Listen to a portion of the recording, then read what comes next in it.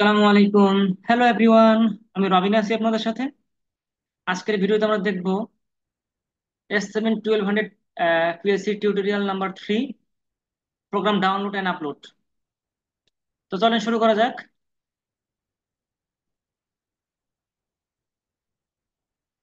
সফটওয়্যারে ঢুকলাম, একটু সময় নিচ্ছে। এখন কি করতে হবে? Create a new project. যেহেতু প্রোগ্রাম আপলোড এবং ডাউনলোডের কাজ করব, কাজে এখানে প্রজেক্ট নেম দেওয়ার দরকার নাই। ঠিক আছে, তাহলে ক্রিয়েট।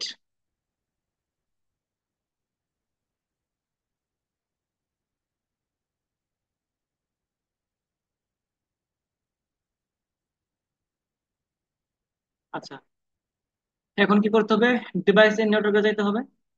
ডিভাইস এন্ড নেটওয়ার্ক থেকে add new device.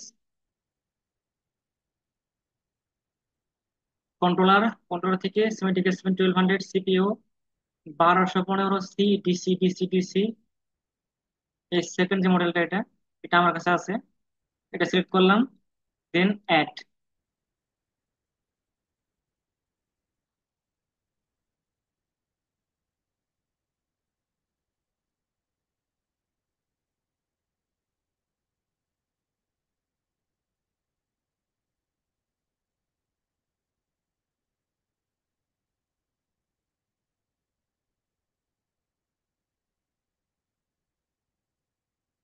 Device add হয়ে গেছে। এখন দেখেন একটা জিনিস,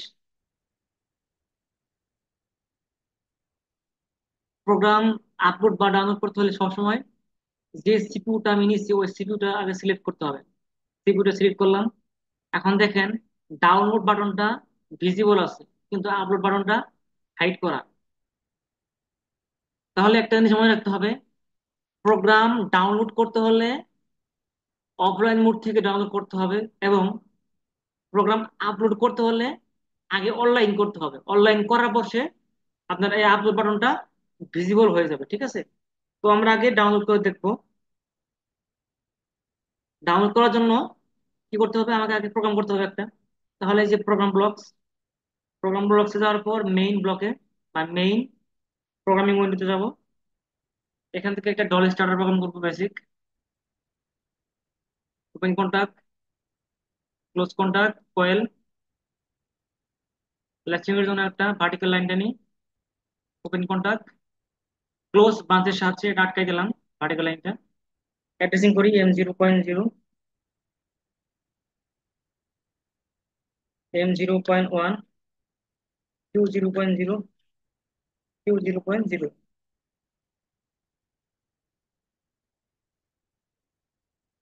অ্যাড্রেসিং করা শেষ। এখন চাইলে এগুলা রিনেম করতে পারি, ট্যাগিং গুলা। ট্যাগ গুলো রিনেম করতে হলে কি করতে হবে? এই ট্যাগের উপর রাখতে হবে।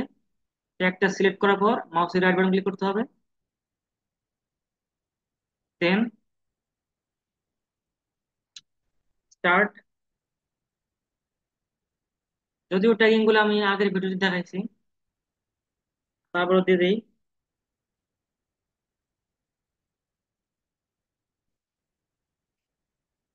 আচ্ছা, তাহলে আমরা কি করব?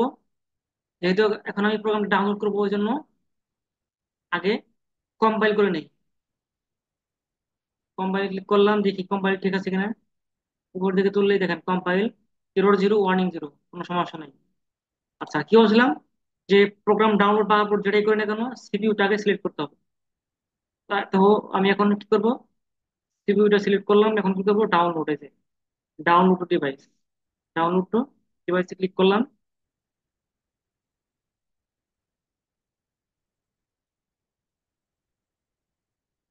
এখানে দেখেন type of the PGPC interface, এখানে PN/I।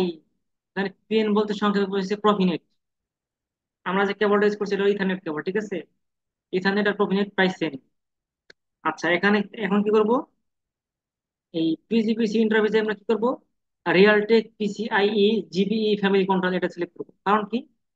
আমার S7-1200 বা টিআই পোর্টালের জন্য, টিআই পোর্টালের জন্য আমার কেবল ড্রাইভারটা হচ্ছে এই যে রিয়ালটেক PCIe জিবিই ফ্যামিলি কন্ট্রোলার। এটা হচ্ছে আমার কেবল ড্রাইভার।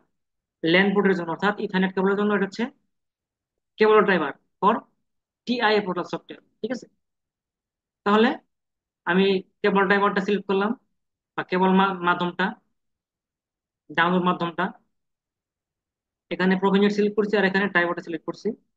এখন এখানে কি করবো, সার্চ, স্টার্ট সার্চ। তার আগে দেখেন এখানে দেখেন ডিভাইস টাইপটা কি।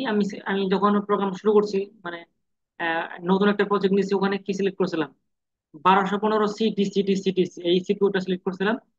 আর এটার আইপি অ্যাড্রেস হচ্ছে 192.168.01।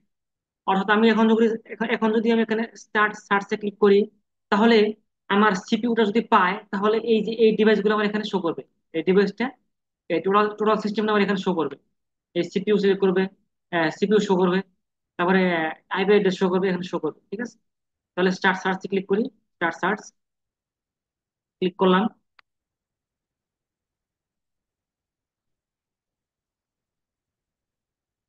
এই দেখেন এখানে যে ডিভাইসটা আমি দিয়েছিলাম প্রজেক্টের সময়, ওইটা আমার এখানে শো করতেছে, অর্থাৎ আমার কমিউনিকেশন হয়ে গেছে।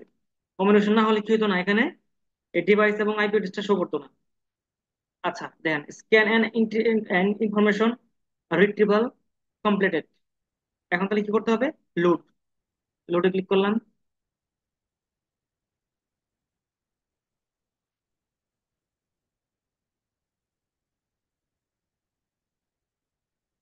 লোডে ক্লিক করার পরে যে কন্টিনিউ উইদাউট সিঙ্ক্রোনাইজেশন, এখানে ক্লিক করতে হবে। এখানে দেখেন স্টপ মডিউল, এখানে নো অ্যাকশন আছে, লাল হয়ে আছে, এখানে কি করতে হবে, এখানে সাইডে ক্লিক করার পর দেখেন স্টপ অল আছে, স্টপ অল। এই স্টপ অল সিলেক্ট করে দেখেন এখন টিক হয়ে গেছে। এখন কি করতে হবে, লোড।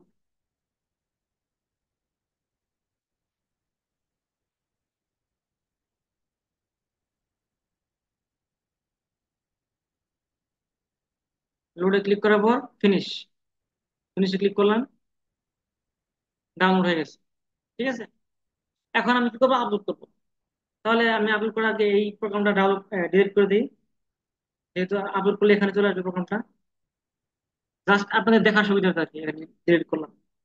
আচ্ছা কি বলছিলাম, যে প্রোগ্রাম আপলোড করতে হলে কি করতে হবে, আগে অনলাইন করতে হবে। তাহলে কি করবো, আমি এখন অনলাইনে যাবো। গো অনলাইন ক্লিক করলাম। এখন দেখেন এই যে আপলোড বাটনটা ভিজিবল হয়ে গেছে, তাই না?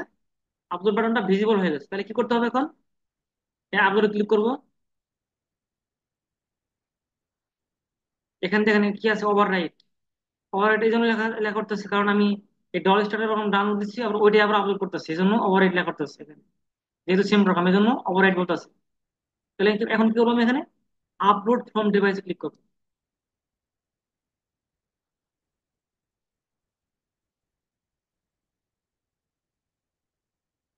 এই দেখেন আপলোড হয়ে গেছে। ঠিক আছে? এখানে কিন্তু আমি সব ডিলিট করে দিয়েছিলাম, আপলোড করার পর আবার চলে আসছে। তো এই হলো আমাদের প্রোগ্রাম ডাউনলোড এবং আপলোড সিস্টেম। আজকের মতো এই পর্যন্তই। সবাই ভালো থাকবেন, সুস্থ থাকবেন। আসসালামু আলাইকুম।